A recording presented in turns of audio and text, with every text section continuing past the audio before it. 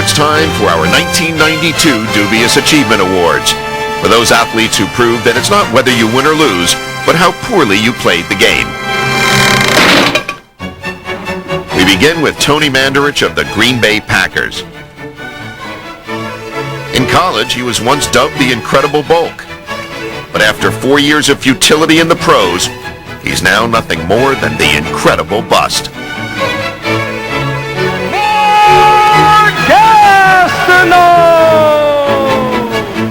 This former New York Jet gets his award for discovering it's a lot more fun to hit quarterbacks than it is to hit the canvas. Hitting a Little League low was the Philippine team, who ripped its way to a world championship only to have it stripped away for using ineligible players. An award for spending the most for the least goes to the Red Sox, the Dodgers, and the Mets. 3 teams that dished out big bucks for players who were big disappointments. Postseason honors are proudly awarded to the U.S. Marines, who are still looking for a few good men who know a flag that's right side up from one that's upside down. Our final award goes to Dan O'Brien. After failing to make the Olympic team, Dan never did get a chance to answer that question of who's the world's greatest athlete. Catch you next time, Dan.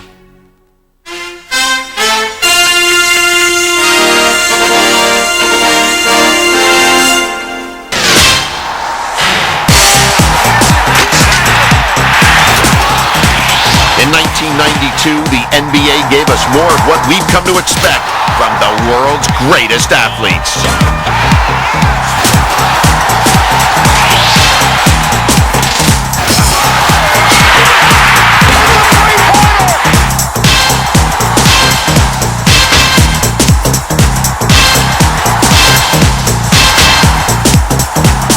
Once again, expectations ran highest in Chicago, where the Bulls were out to defend the title they won the previous year.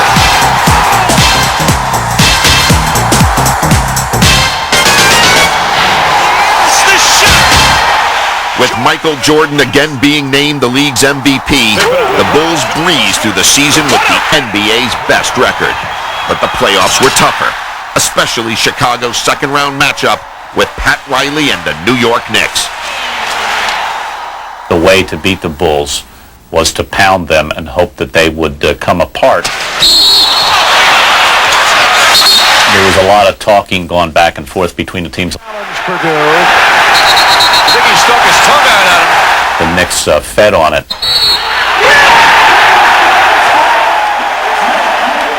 A lot of it was born out of emotion and hunger, and the other half of it was born out of the fact that I don't think Chicago respected us at all. In the NBA, respect is earned. And in a violent 7-game series, the Knicks tried to get it the old-fashioned way by playing tenacious defense.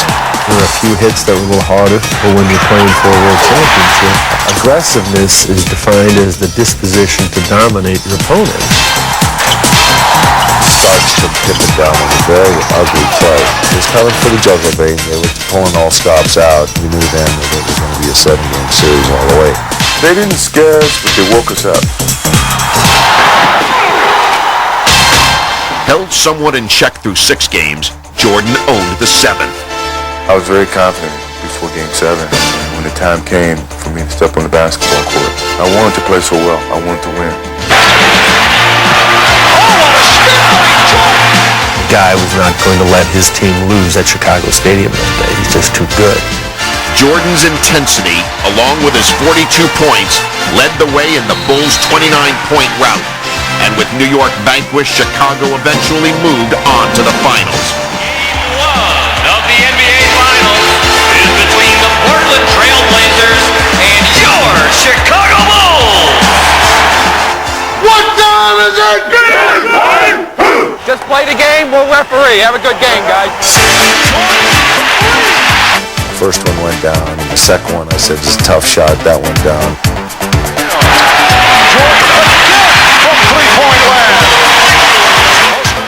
After he hit his 4th or 5th or 6th one in a row, looks over at Magic Johnson, who's doing the commentary, and shrugs his shoulders and go, I don't know what's going on either.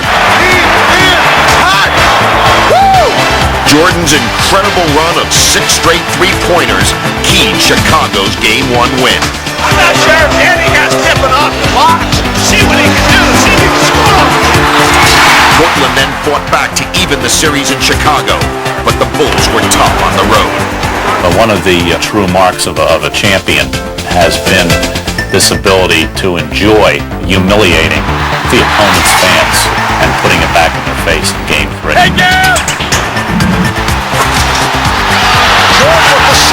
The Bulls won twice in Portland, Bugged out.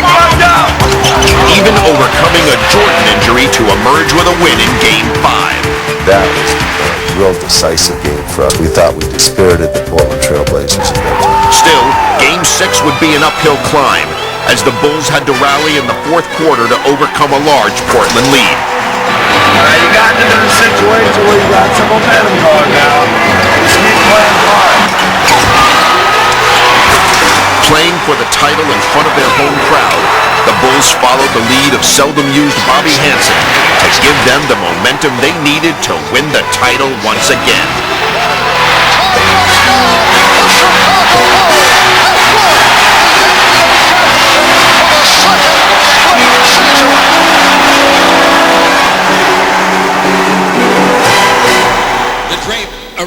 Without a doubt, the most compelling story of the NBA season was the emotional saga of Magic Johnson. His sudden retirement due to the HIV virus had barely sunk in before Johnson was back on the court again, performing his magic at the NBA All-Star Game. You could have called up the most schmaltzy Hollywood writer in the world. I mean, the guy would not have come up with this scenario. Get low to Magic. Magic again tries to back Rodman in turn. Scores! Oh, my! Talk about the competition. You see it when it comes back. It's in his eyes. He wants to win. When Irvin came out in that particular game and played the kind of game that he played, they realized that he could still play, and he was still great.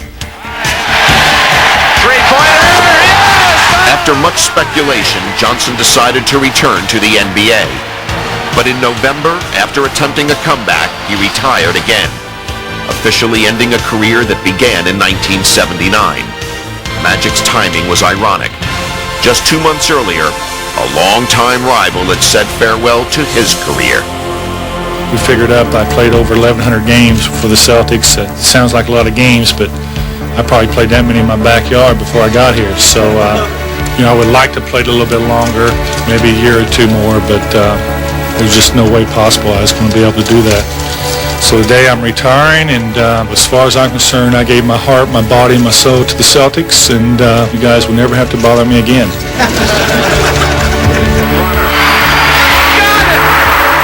For 13 seasons, Larry Bird was the Boston Celtics' conscience and savior. A 3-time world champion, a 3-time league MVP, perhaps the purest player the game has ever known. The competition, night in, night out. There was not a better feeling than going out there and playing against some of the best basketball players in the world and going home feeling like you did your job that night. I played basketball one way, and that was as hard as I possibly could. For some reason, inside my body, I don't know what would happen, but I go to the next level. I could take my game to the next level just off the roar of the crowd. And I'd done it numerous of times in the Garden. That's why I used to go to them a lot and say, hey, let's get it fired up in here. Because I knew once I got out there, my game would go to the next level. Emotionally, it's very tough because I'm giving up something that I've been doing for a lot of years. I love to play basketball. I've always enjoyed practicing. I've always enjoyed trying to make myself better. If I had a healthy back right now, I'd play for nothing.